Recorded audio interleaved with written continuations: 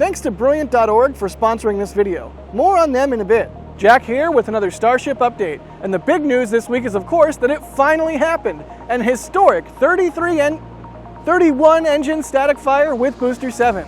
Join us as we talk about the results of that test and the rapid and ongoing installation of the water deluge system at the pad.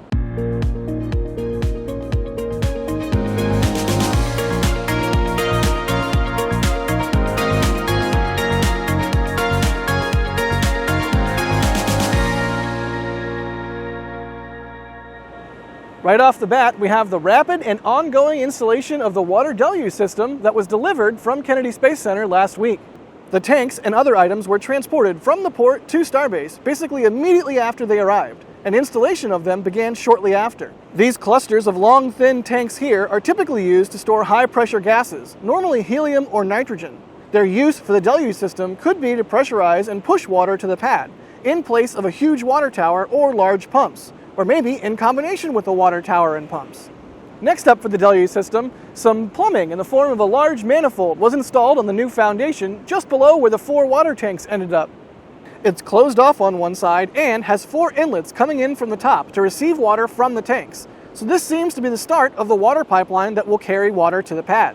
Speaking of those 4 tanks, they were lifted up and into place above the freshly installed manifold.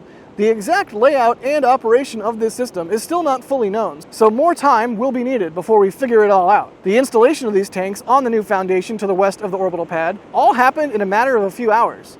Now, they're too small to contain all the deluge water needed for a deluge system, so more investigation and speculation even might be needed to solve the puzzle and connect the dots. Meanwhile, over at the Rocket Garden, work has begun to prepare Ship 24 for Starship's first orbital flight. That is, the removal of the crane lifting points that we talked about last week, and now the addition of metal plates that cover up those holes. As we discussed last week, the crane lifting points were removed, but now metal plates have been put in place over the attach points, which sealed up the space that would have otherwise been a void that could cause serious problems with heating during re-entry. They've even begun to install some tiles over these covers. Next up, the Raptor installation platform, which is used to install or swap out Raptors while a booster is on the orbital pad, was moved back to the production site.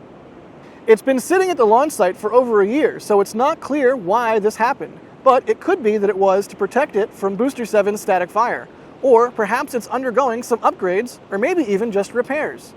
Over in the mid-bay, work on Ship 27 continues, although, interestingly, stacking of its various remaining parts has not happened, which would of course take place in the high bay. While more and more parts are appearing for future vehicles, SpaceX might be taking stacking and construction slow as they still need to test prior vehicles. We've also seen SpaceX partially constructing and then scrapping vehicles before. Think Ship 17, for example. So perhaps Ship 27, for whatever reason, is not long for this world. Speaking of not long for this world, Ship 22 scrapping continues, with its common dome section heading over to the scrapyard and being torn apart. In contrast to that, though, Ship 22's nose cone lives on, hanging out outside Tent 3 along with a test nose cone that we expect will be, well, tested in the near future. What might they be testing? It would certainly make sense to test the cone at the loads expected on the vehicle at max Q, as well as any other forces on the part of the vehicle during flight. Of course, the big ticket item this week was Booster 7's historic static fire. And the first step towards that was the lowering and removal of the dance floor. This, again, is the work platform that sits underneath the launch mount. Obviously, it needs to be removed prior to any engine testing. And what a test it was! Let's talk about all the things we saw and everything we learned. But first, speaking of learning, thanks to Brilliant.org for sponsoring this video. With Brilliant, you get fun and interactive lessons in all kinds of STEM topics that helps you achieve your goals and learn more effectively than just watching or reading something online. Brilliant lets people access college-level information without having to attend a 4-year school or spend a bunch of money. Whether you want to do a deep dive on coding or just brush up on everyday math, Brilliant has a course for you, and new courses are added monthly. Speaking of new courses, Brilliant has recently added the Introduction to Algebra course, which is something I'm particularly thankful for as, believe it or not, I wasn't the most stellar student in middle and high school. Even for topics that seem daunting, as math does for me, learning a little bit every day can add up over time and help you expand your knowledge base and comfort with all manner of concepts, including math. To help out our channel and your brain, head on over to brilliant.org to try out everything they have to offer for free for an entire 30 days.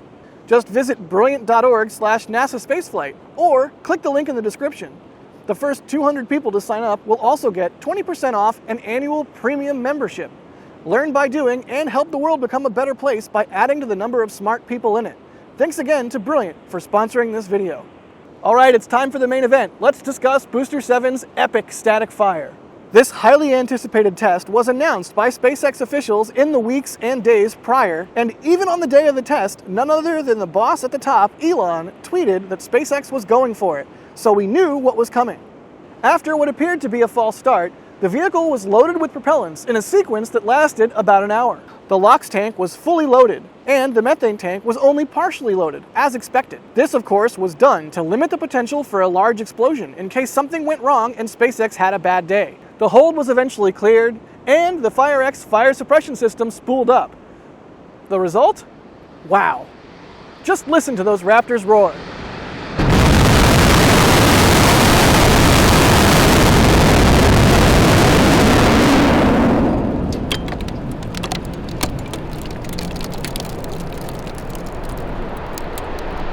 Shortly after the test, we learned from Elon on Twitter that not 33, but instead 31 engines had fired.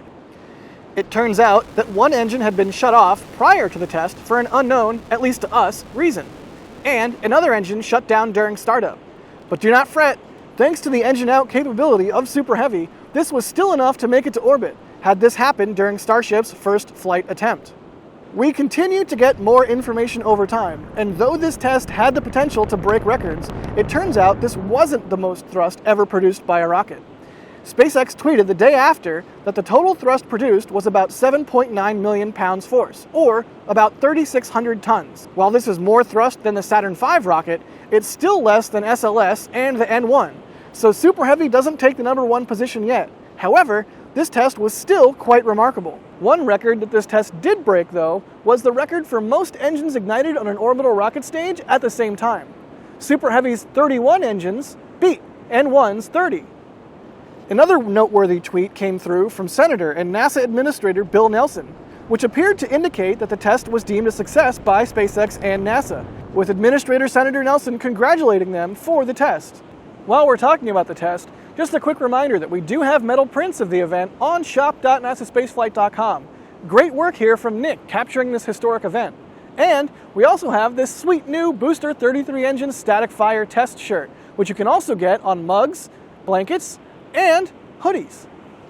Use the code 33engines for 10% off the static fire collection and or Nick's print. Alright, so the test went well, despite being 2 engines short of a full 33. But how did the pad do? While there was some debris thrown out from the static fire test, the pad appears to be in good condition, barring, of course, some decent scorch marks on the orbital launch mount's legs and the ground. But that's to be expected. There doesn't look to be, say, a giant crater underneath the mount, and the mount itself appears unscathed. What didn't get away unscathed, though, was the new orbital tank farm berm. The flames from the engines were pushed so far away once they hit the ground that they were able to reach all the way over to the berm and produce some light scorching. This appears to be no big deal. The berm did its job, and the tank farm lives to provide commodities for further testing and eventually launch. And finally, to bookend this update, after the static fire, SpaceX didn't waste any time getting back to work installing the water deluge system. They resumed digging what we suspect to be a trench that will hold the water pipes for that system, although this could just be for a new retaining wall or perhaps even the beginning of a berm similar to the one next to the orbital tank farm. We'll of course keep our eyes on this area in search of any fresh developments. It's been a huge week with that historic booster static fire, work on Ship 24 and work on the deluge system, as well as work around the site. As always, we'll continue to bring the latest news and updates from Starbase, so be sure to hit the subscribe button and the bell icon to stay up to date. And don't forget to check out our sponsor, Brilliant, to try everything they have to offer, free, for a full 30 days. Visit brilliant.org/NASA spaceflight or click the link in the description. Once again, the first 200 of you will get 20% off Brilliant's annual premium membership. Alright, that's it for this video. Thanks for watching and stay tuned for the next one. And don't forget, be excellent to each other.